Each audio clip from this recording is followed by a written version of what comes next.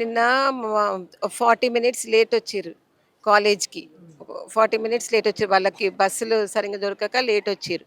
అయితే physics ma'am బయటనే నించోబెట్టిందంట. బయటనే నించోబెట్టి, "నీకు ఎగ్జామ్ రాయనియ్యను, ఏం రాయనియ్యను. నువ్వు ఇక్కడనే ఉండాల నువ్వు.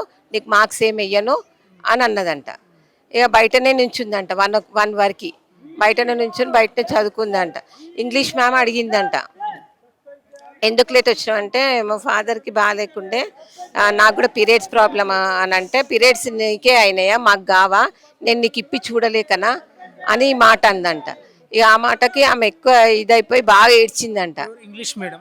ఇంగ్లీష్ మేడం మధుర మ్యామ్ ఇట్లా అన్నదంట. అందరి ముందు చాలా మంది విద్యార్థుల ముందు అన్నారు. విద్యార్థుల ముందు, స్టూడెంట్స్ ముందు అన్నది. స్టూడెంట్స్ ముందు అన్నది.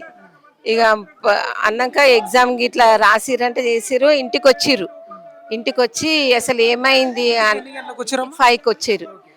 ఏమైంది బేటా, అంటే ఇట్లా లేట్ పోయినాం మమ్మీ, అందరు లేట్ వస్తారు, మాకంటే వేరే పిల్లలు కూడా లేట్ వస్తారు, మమ్మల్ని ఇద్దరినే ఇది చేసిండ్రు, సెకండ్ ఇయర్ అమ్మాయిని కూడా తిట్టిందంట.